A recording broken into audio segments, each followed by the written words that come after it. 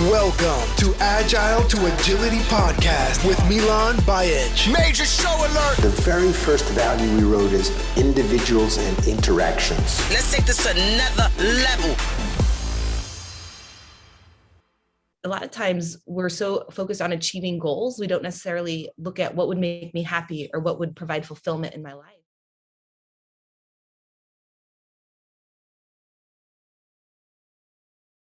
Welcome, Peter and Maria, to Agile to Agility podcast. I usually start by asking a question, who is, and then, but I'll skip it. I think I've only skipped it one time around. And I really wanted to start with a question, key question from your book, Personal Agility, Unlocking Higher Purpose, Alignment, and Performance. And the question that you ask in there is, what really matters? So maybe could you answer that question for me? If somebody asked you what really matters, how would you respond? Yeah, you want to go first, Peter? The beauty of the what really matters question is it provokes one of two responses. Either you know and it just rolls off your tongue, or you have no idea and there's this long silence and you offer to pass the talking stick to someone else when you get started. I'll let you draw your own conclusions. For this is actually a question I started doing personal agility or what we now call personal agility back in 2016. And somebody asked me once, what is your North Star? What do you navigate by? What do you care about by? And I thought that was a really intriguing question. And I made a column for it on my board. And I just left it blank for about 2 months. So I really had no idea what to put in there. And then one day it just kind of came to me in a moment of serendipity. And so for me, there are a couple of things that are on my board. One is health and happiness. Okay, we say time is your most valuable currency and health is your most valuable asset because, well, time you only get to spend it once, and your health, if you lose it, you may not get it back.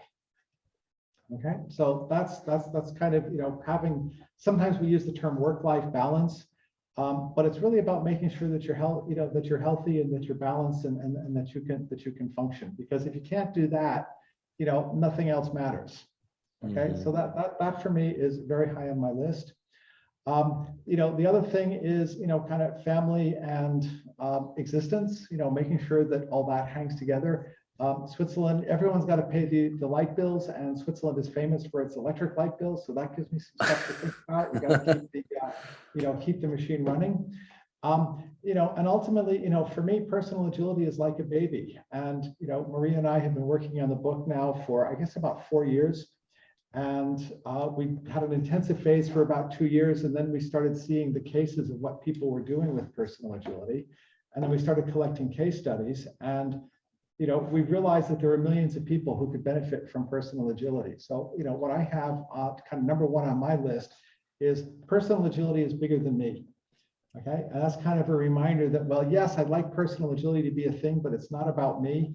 It's about millions of people whose lives could really be much, measurably and obviously better. Okay, and that's what I care about, is that somehow personal agility is going to get out there. There are, already some samples of it, but I hope that a lot of people are going to be able to benefit from what personal agility has to offer. Yeah, I hope I do want to talk about Sharon, Sarah, and Pete as far as what you've as case studies. But yeah, what about Maria? What about for you? What really matters for you? Yeah, so for me, it's health and fitness is number one. It used to be something not on my radar at all, and I realized that it needed to be up at the top. Sustainable business, relationships and happiness, and then also financial freedom. So really keeping an eye on, a lot of times we're so focused on achieving goals, we don't necessarily look at what would make me happy or what would provide fulfillment in my life. And so one of the things that I really appreciate is that when Peter and I started talking about this concept of what really matters, it was 2016. And I remember it was in the Westin Grand in Munich, Germany at the Scrum gathering. We were in the lobby. And he asked me that question, and I realized that nothing that I thought that mattered had mattered at all.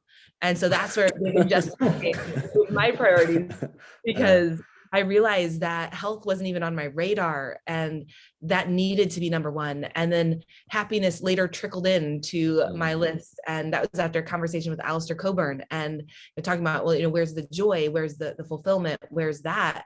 And I was so focused on achieving goals that I wasn't really enjoying the journey along the way. And so those have been a couple of profound realizations I've had over the years that have helped me really get that clarity and be able to see that on my priorities map.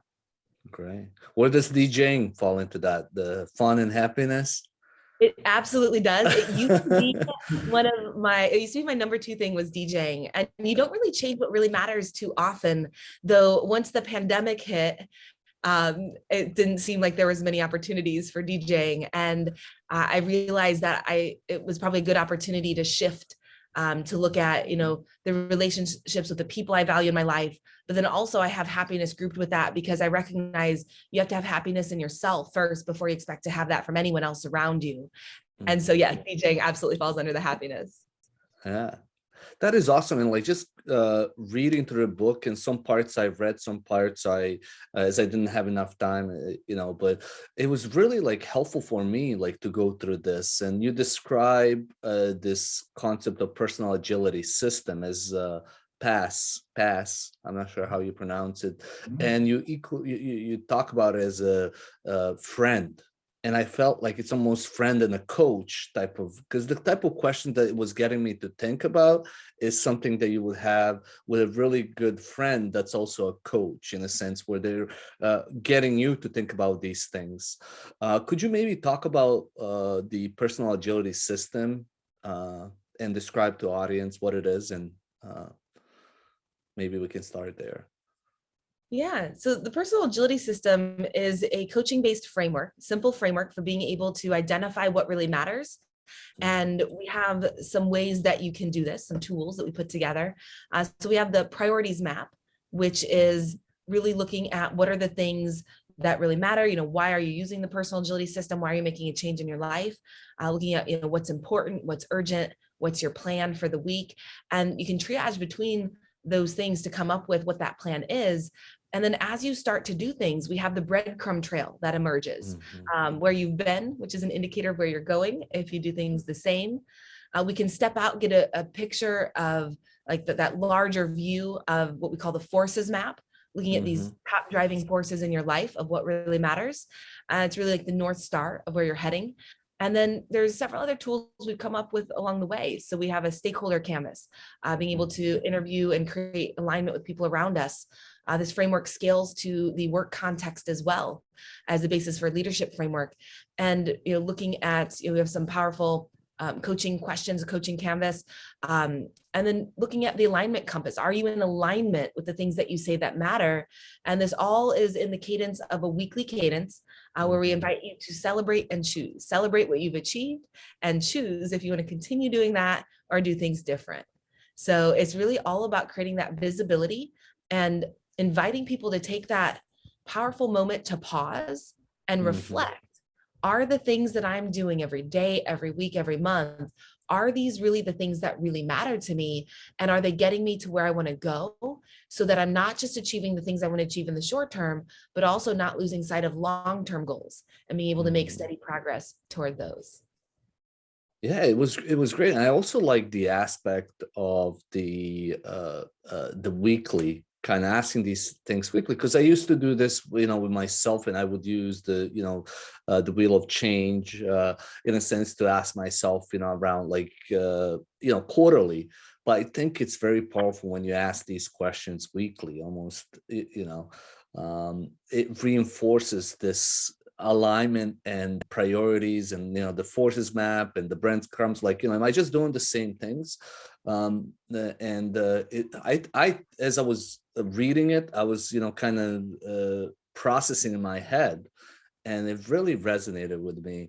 And I do want to come back to some of these tools that you talk about. Another thing that maybe stood out that I would like to explore is about you said the personal agility is about optimizing your actions to align with what really matters. Could you maybe just talk about that, what you mean by optimizing your actions?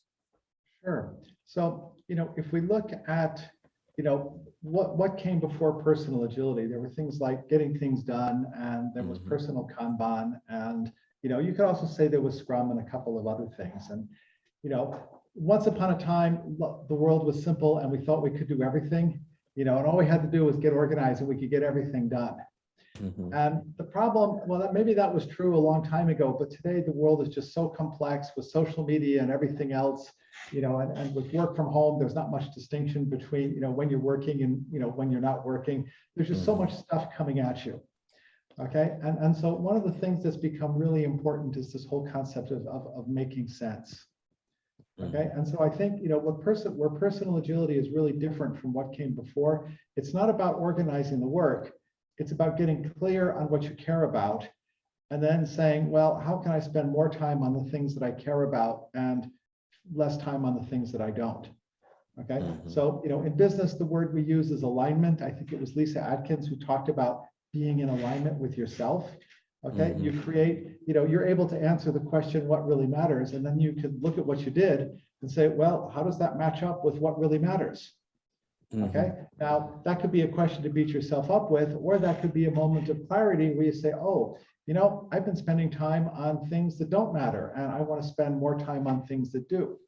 Okay. So maybe I'm going to turn off the social media app during, so that I can spend more time on something I care about. Okay. And last time I had that conversation was yesterday afternoon with someone. So, these are real things, and they give you awareness of where you are, what you're doing, and how it relates to the bigger picture.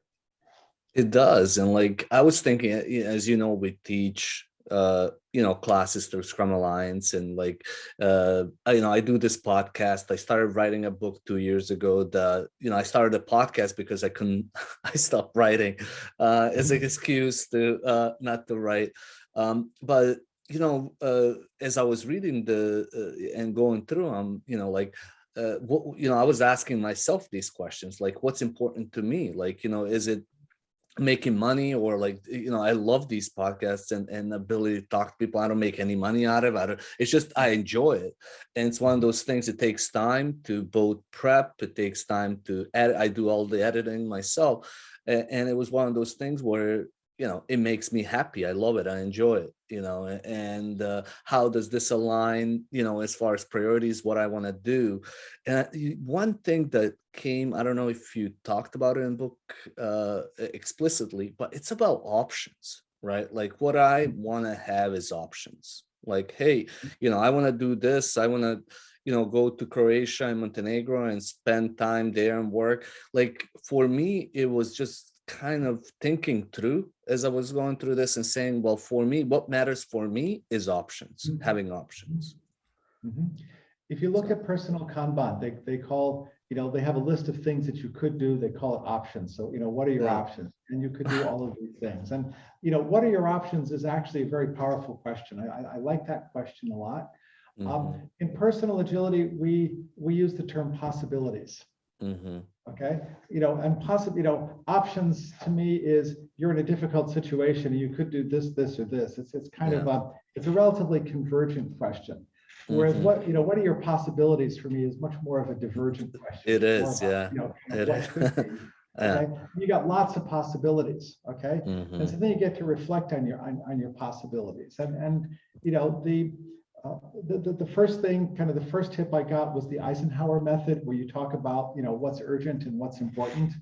And Eisenhower at the time was either general of the army or president of the US. And basically anything that wasn't urgent or important, he could delegate. And most of the stuff that was just urgent or just important, he could delegate as well. And so we focused on the most important and the most urgent. And that was great, except for, you and me, we don't have an army working for us, so we don't get to delegate. So stuff that's not urgent and not important, well, we're going to have to push it off. Okay. And so this is the whole triage. And what came much, much later is, and this is the work-life balance thing, is people started saying, well, like with your podcast, I'm doing things because they make me happy. And that's the only reason I'm doing them. Okay.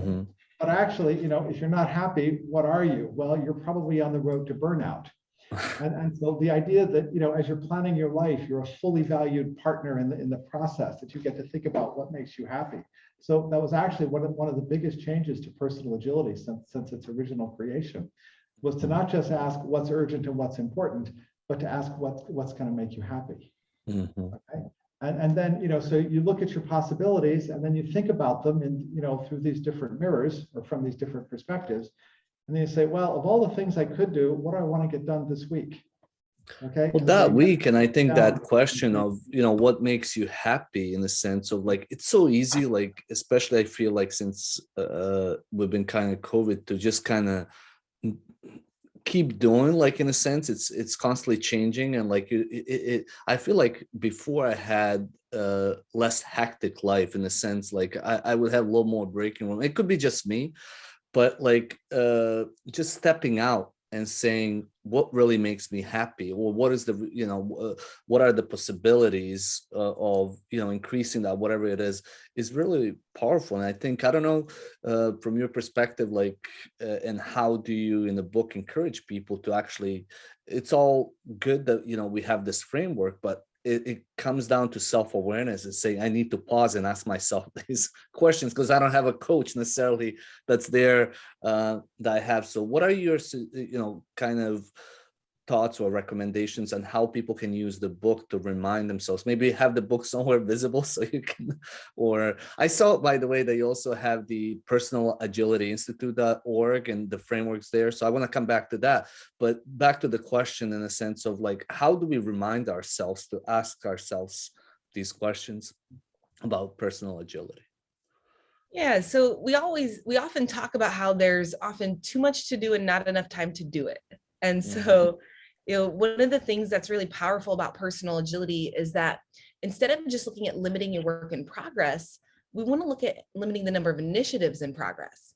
And so that's where that question, what really matters, comes into play and is so powerful, because if you are just going along with the flow, we often just get, blown off course. And we use this powerful metaphor of life is the ocean. And if you are the captain of your ship, then you're trying to get to a destination, let's say it's Jamaica. Well, there could be winds, there could be a heavy current, there could be other things that delay you from getting to that destination. And so we use this metaphor as a powerful reminder, to think about, hey, am I on my way to Jamaica? Is there anything that I've done that has blown me off course, or that maybe I haven't even noticed?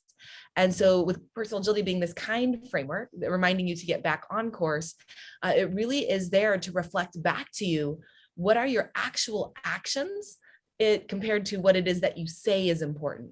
And so like if you go 2, 3, 4 weeks and you say health and fitness is the number one thing, but you haven't done anything for that, interesting.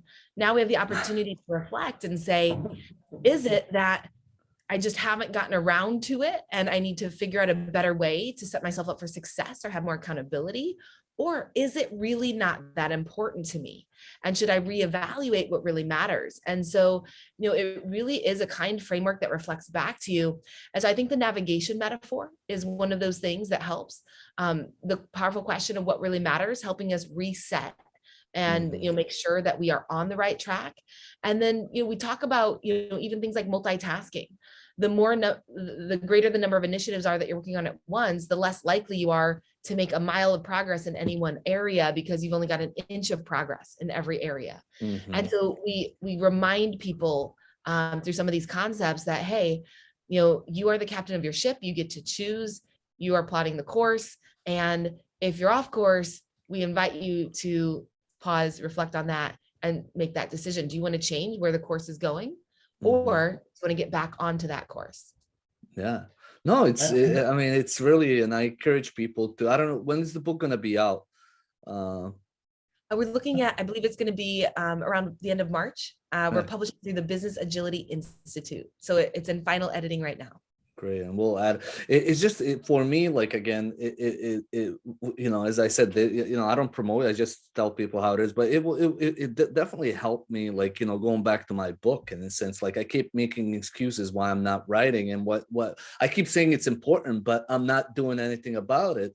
And it made me think about, like, Sorry, this is the whole concept of the breadcrumb trail. If you don't Yeah. spend any time working on your book, when is it going to get written? Okay, and that's how you can see. Oh, and we've had these moments ourselves where we said, it's been a while since we've written anything on the book. Yeah. Do we still want to write the book? Yes, we want to write the book. Do we still care about Jamaica? Yeah, wait a minute. Okay. Well, that's the thing, and I think you'll be able to relate to this.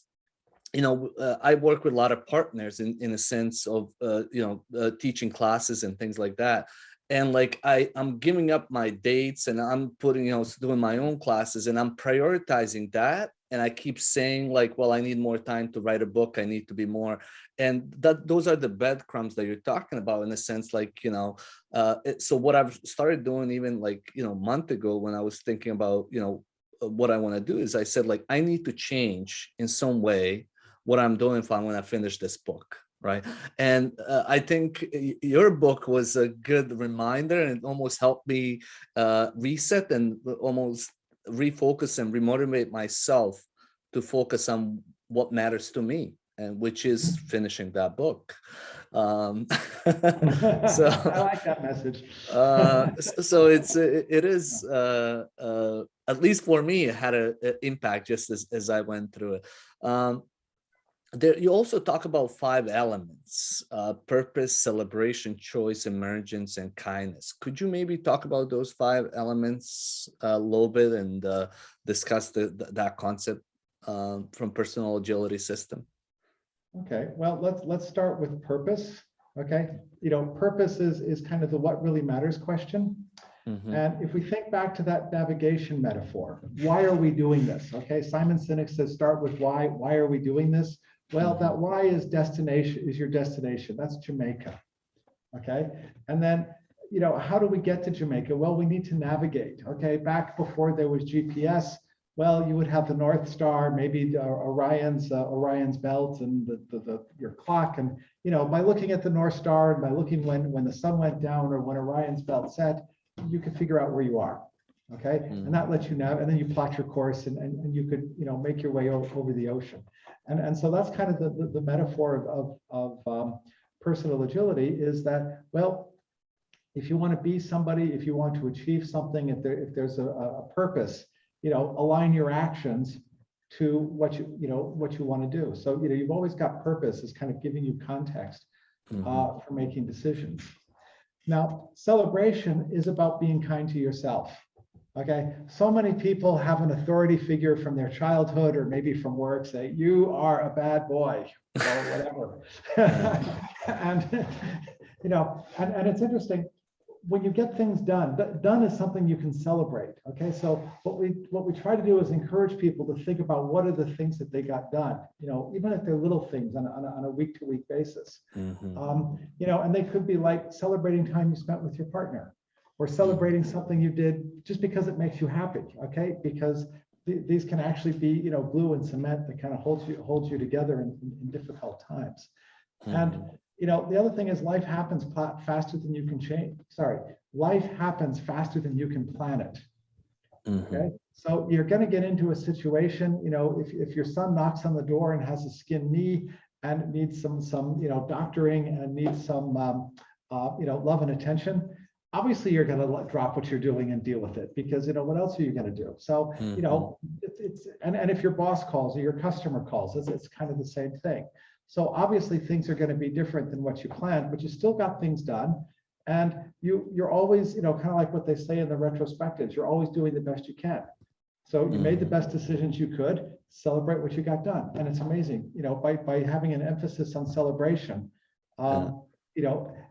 you're just happier. Okay. Well, and we talk about teams having like in Scrum, celebrate at the end, and like I think it's a motivational factor that's tied to that purpose, like you said. Absolutely. And one of the greatest things in Scrum is this concept of done. It's really easy to celebrate stuff that's done. Discussing stuff in progress is intensely painful, especially when so, that's really informed, how I do Scrum is we say, hey, let's concentrate, on getting things done. Let's concentrate on having things to celebrate. And that just makes the morale so much better. Yeah, it's that reinforcing Yeah. loop in a sense. Yeah. Like I want more of this, right? It feels good in a sense. Let's celebrate and let's do some more of Right. this stuff. Mhm. So, Okay. yeah. Yeah. Now, choice is about options. Okay. And, Mhm. there are all these things that you could do, and it's your boat, and you're the captain of the boat, and you're the owner of the boat, and you get to decide where it goes. So, choose. Mhm. It's your time, valuable currency. You get to spend it once, but you can also be intentional about it. And that's very often, you talk to a lot of people about, well, why didn't you write your book? Or why didn't you do this? They say, oh, well, I had to do this, and I had to take care of the kids, and I had to go to work, and I had to earn money, and I had to do all the things I had to do. And that's all true. It's all true. But you still have a choice about how you use your time. Not every minute is dedicated to, whatever, So there's a fine line between an explanation and an excuse. Okay. And just by saying, oh, I'm going to make the choice. I made a choice to tend my son's skin needs. That's a choice. I did it. It was the right thing to do. And all of a sudden you've got a different attitude. Okay. And again, you sit up, your shoulders are out, you feel like you're in command of the situation. And, it's a very, very different thing to be the captain of a boat in a storm with the passenger of a boat in a storm. Very, very different experience. Okay. And if you don't believe me, try sitting on the back seat of a motorcycle in the mountains. Well, no, Yeah. it definitely is. And, just I know how I recently was talking to a friend, and it's first of all, it's crazy how time flies, but like having kids and like how that has changed my perspective on things, and having passengers versus, so that influences the purpose, that influences how you celebrate, that influences the choice. The emergence is the next one. Could you maybe talk about that? Yeah, emergence is a fun one. This is something that's really only emerged over time that we kind of realized. So if you go back to, well, maybe let's start, what is emergence? Okay, emergence is how individual things come together and interact with each other to form something bigger than themselves. Okay, so we can think of a group of people that come together to form a team. Okay, you see this at the atomic level, atoms come together to form molecules. Molecules come together to form organic structures. Organic structures make up DNA. They combine with other. We got emergence everywhere. Exactly. What's interesting, what we discovered about personal agility is not a process to follow. It's a series of questions to ask. Now, the idea was you ask them to yourself, but you can also ask them to other people. Okay, and it turns out if you ask clarifying questions, if you ask powerful questions, if you really focus on surfacing information, rather than debating, all sorts of interesting things happen. Okay, so by asking the right questions, and this is where our canvases come in, and this what we've really discovered is that you can shape how a group of people come together. You can create alignment so that this group of people becomes something bigger than themselves. Okay, and if we go back to the circle closed when I went back, I was looking at the Agile Manifesto recently. The first value, individuals and interactions. I don't know if the inventors, I mean, they're all very smart people, so maybe they thought of this, but individuals interacting with each other, that's the basis of emergence. Okay, and this is actually how personal agility becomes a leadership framework, is by thinking actively about how to do, how to guide and shape the emergence of your organization. So like one very powerful example of this is Netflix. They have their corporate culture. It was quite revolutionary when it came out. How do you deal with expense reports? How do you replace the manager who's controlling your expense reports to make sure the money is well spent? They had a very simple rule. Spend the money, spend company money as if it were your own. They're guiding the interaction, okay? And by having the simple rule of engagement, okay? So we do a lot with that. We start with some very simple ones like listen before you talk, ask before you tell. And when you ask a clarifying question. And all of a sudden you give these guidance and that just shapes the behavior. And really amazing things happen when you can shape the behavior. This gives you the tools to create alignment, which is kind of the holy grail of organizations in a big company, or organizing a big company. It is interesting, and I think one maybe it's for a separate discussion, but emergence, in general, I think alluded to it, but there are some guardrails when you have any type of system. So there are some boundaries to every system, and I think emergence, like in this instance, the boundaries are like what your future. It goes back to that question, what really matters, and you're working emergence within those boundaries of what really matters. It's not emergence uncontrolled, but in a sense, or unfocused. It's really within that question of how are things emerging within what matters to me.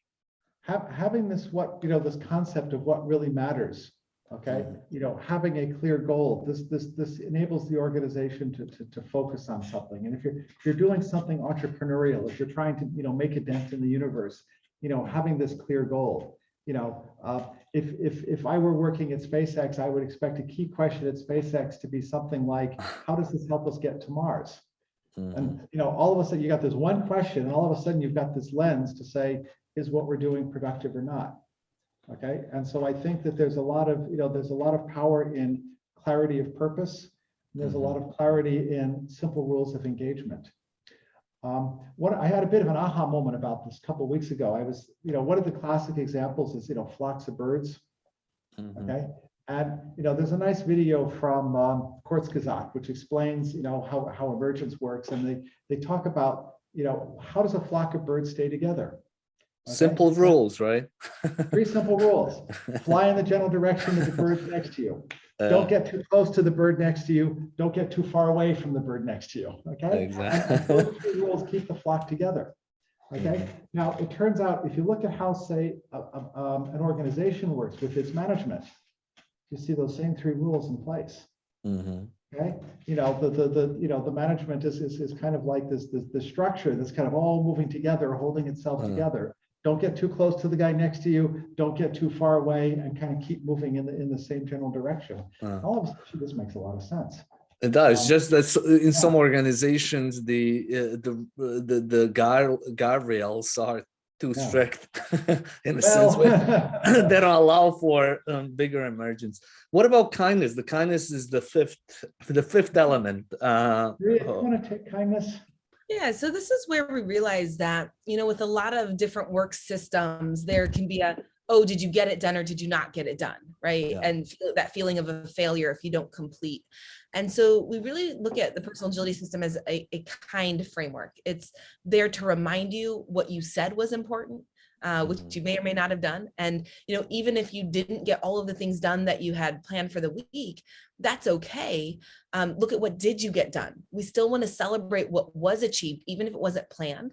And then this is the opportunity to choose, right? And so if you're not satisfied with the things that you did last week, you don't want to carbon copy that to the next week. Well, we get to choose differently, and we get to choose differently every single week. And so it really is a kind framework, just reminding you what you said was important, bringing you back to those things that really matter, and then giving you the option to say, do I want to continue going, toward this North Star of these things I said that matter? Or do I want to actually make a conscious decision to change that? And so it's not supposed to be oh, did I get everything done or not type of approach. It's, well, hey, let me look at what the reality is of the situation, and, understanding why did that happen?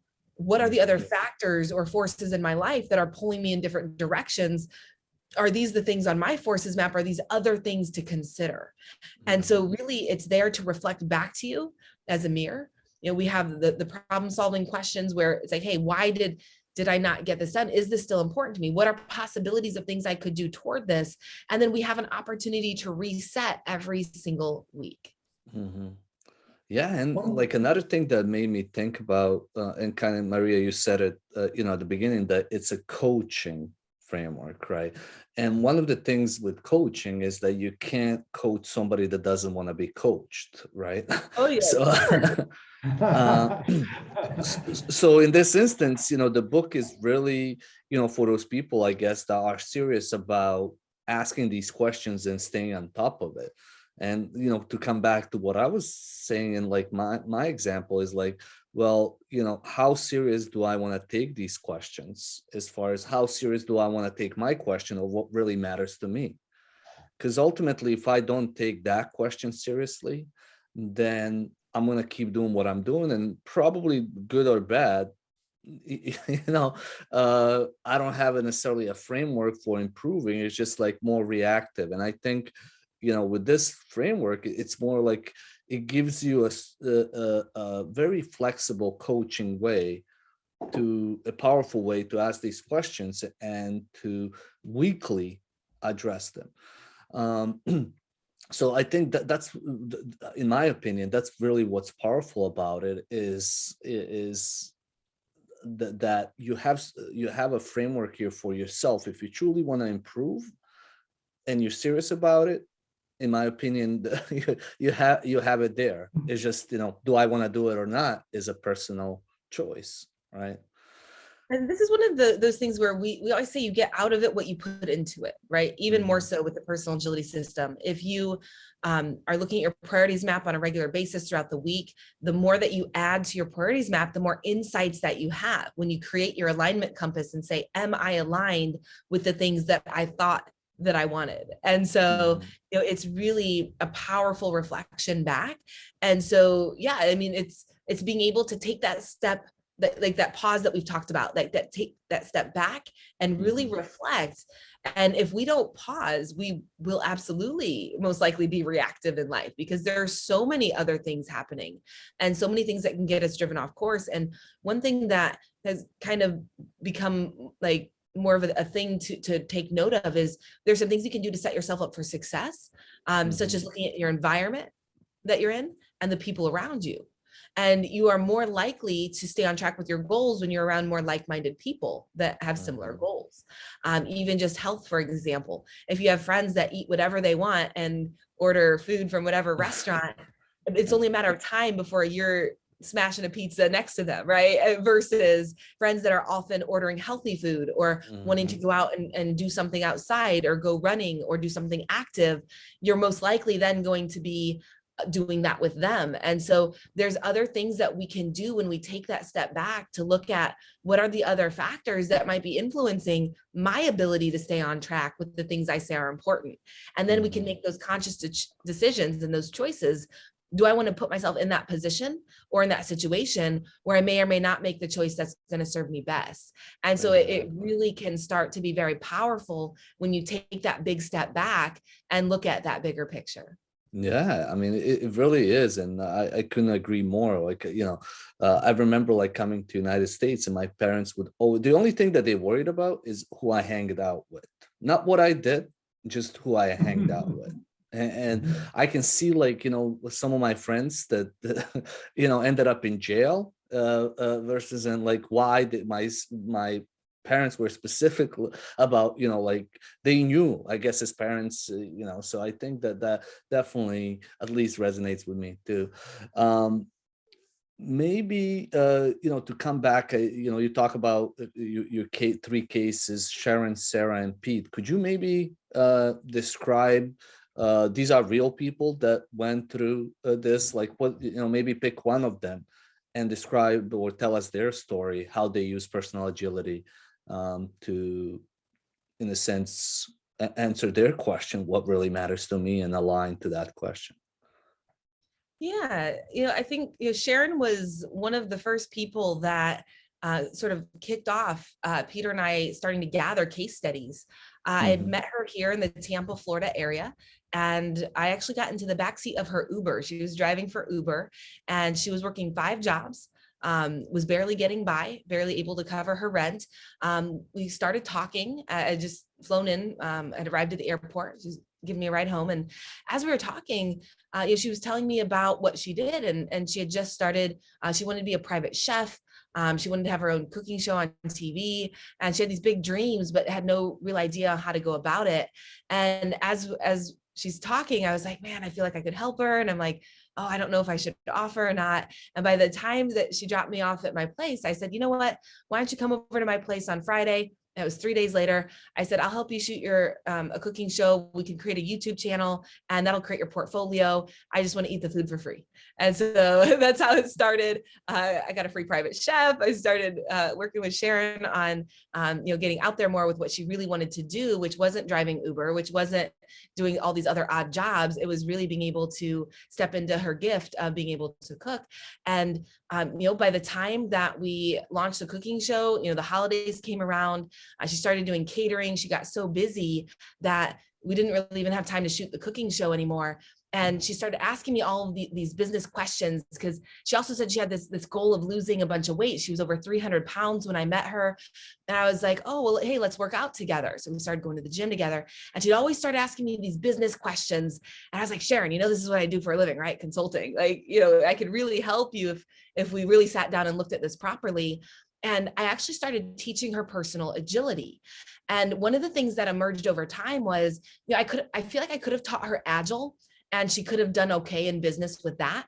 However, there were so many roadblocks in her life, in her personal life, that I don't think she would have gotten the same results had it just been, here's a framework or a methodology on how to get the business work done.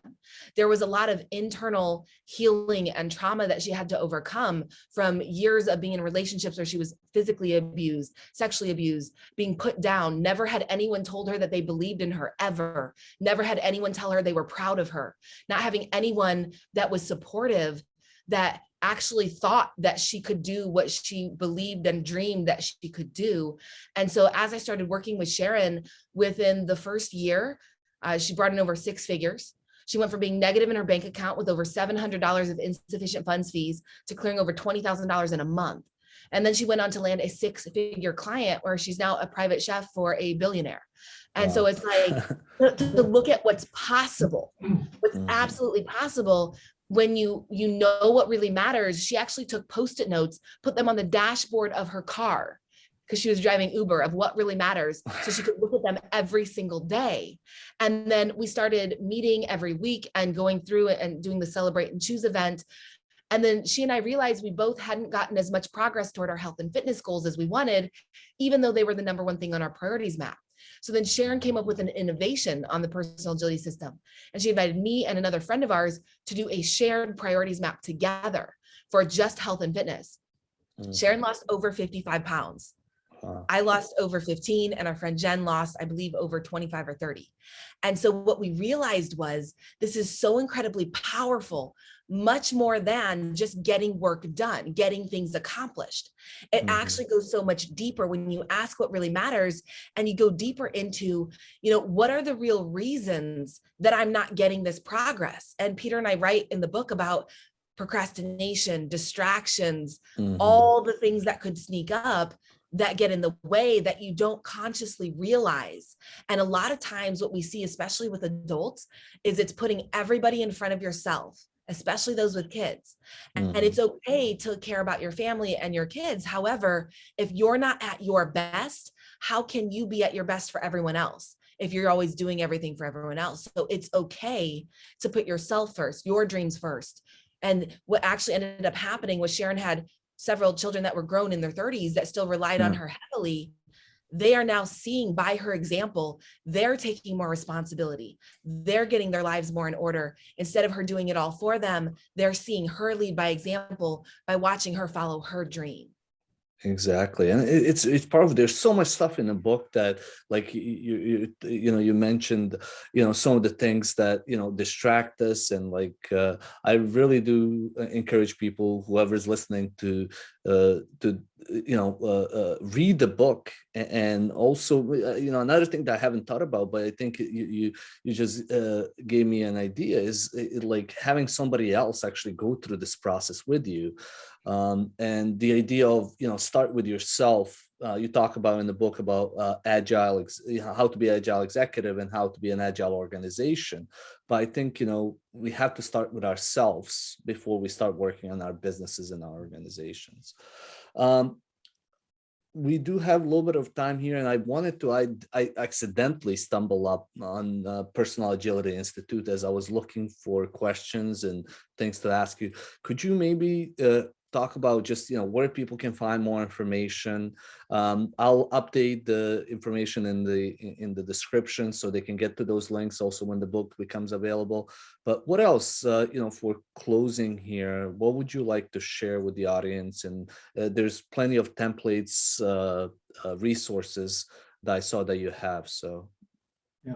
So one place to go, a couple of things you can find on the Personal Agility Institute website. The first is that if you're a registered user, which you can do for free, we have a whole dashboard full of tools. Our tools are all Creative Commons, and they're available so that you can start to either in printed form or in electronic form. We've got a Trello template. There are all these things that you can download and get access to. There's also the Guide to Personal Agility, which you can get for free, which is kind of the basics of how it works. The next thing, you notice correctly that most of our case studies, they had a coach involved. Okay, now there might be a little bit of self-selection here going on, but I actually think that this is a pattern because having a coach, having someone to ask you the questions, sometimes it's just a celebration partner. So like I've been doing this with my wife for quite some time now. And we really find that just helping each other focus and knowing what's going on in the week is just great for our stress. Lowering our stress and preventing conflict and recognizing issues early so that we can find solutions before they become critical.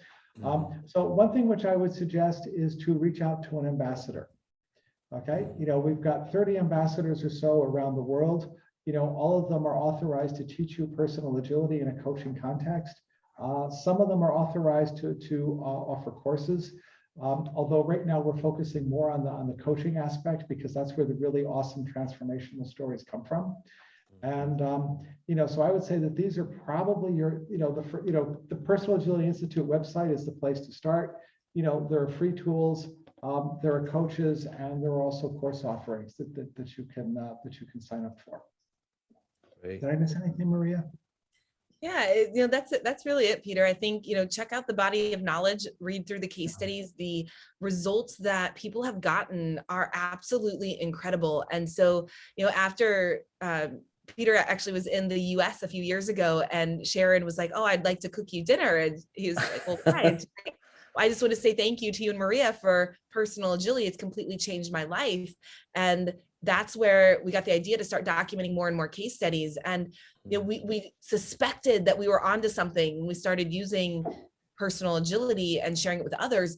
Though what has emerged that I think really impressed and amazed me was the application in the business context.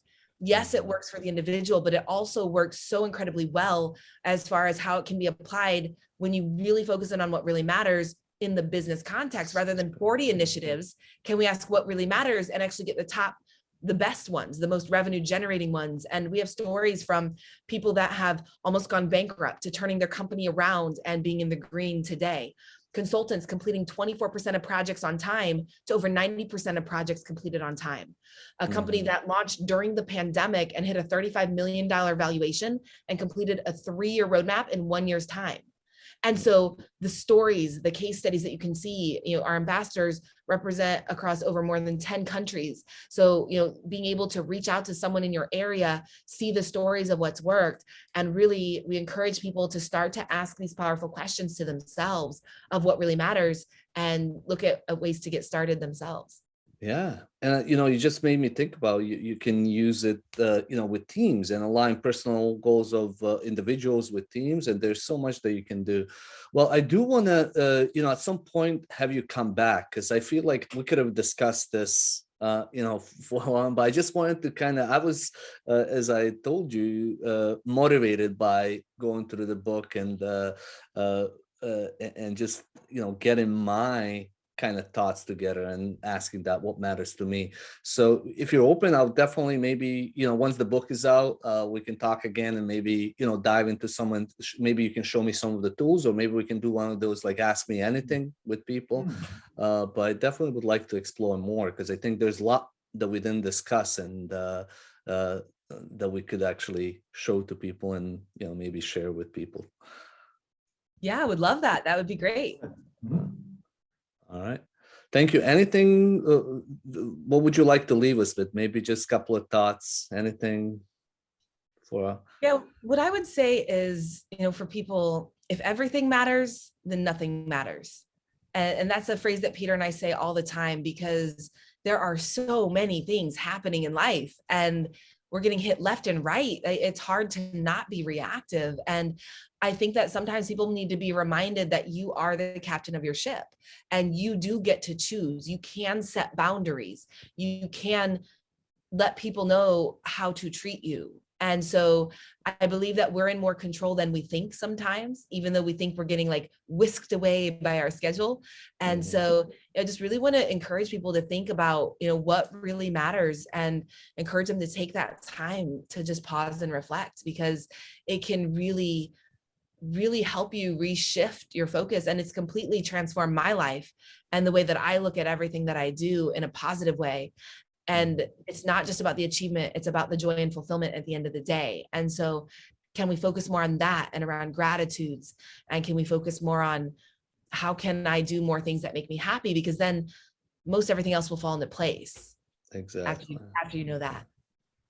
Yeah, no, that's a great message. And what about from you, Peter, from your standpoint? I was kind of thinking about this. Oh, I got to think about what really matters. Oh my God, that's so difficult. What am I going to do? Breathe. You're doing just fine, and you'll figure it out. Okay, you might figure it out by really thinking about it. You might figure it out. I mean, in my case, I didn't really think about it. It was just the question was there in front of me, and then one day, bingo, I knew. Okay. So, if you don't find the answer to that question right away, don't worry about it. Just look at how you spend your time, look at how you want to spend your time, look at how you end up spending your time, and you'll start to see, the pieces will start to fall in place. Okay. And it's an iterative process, and it's okay if you don't get the right answer on the first try. The navigation is all about where you're going to, not where you're coming from. Okay. And once you figure it out, then things will snap into place.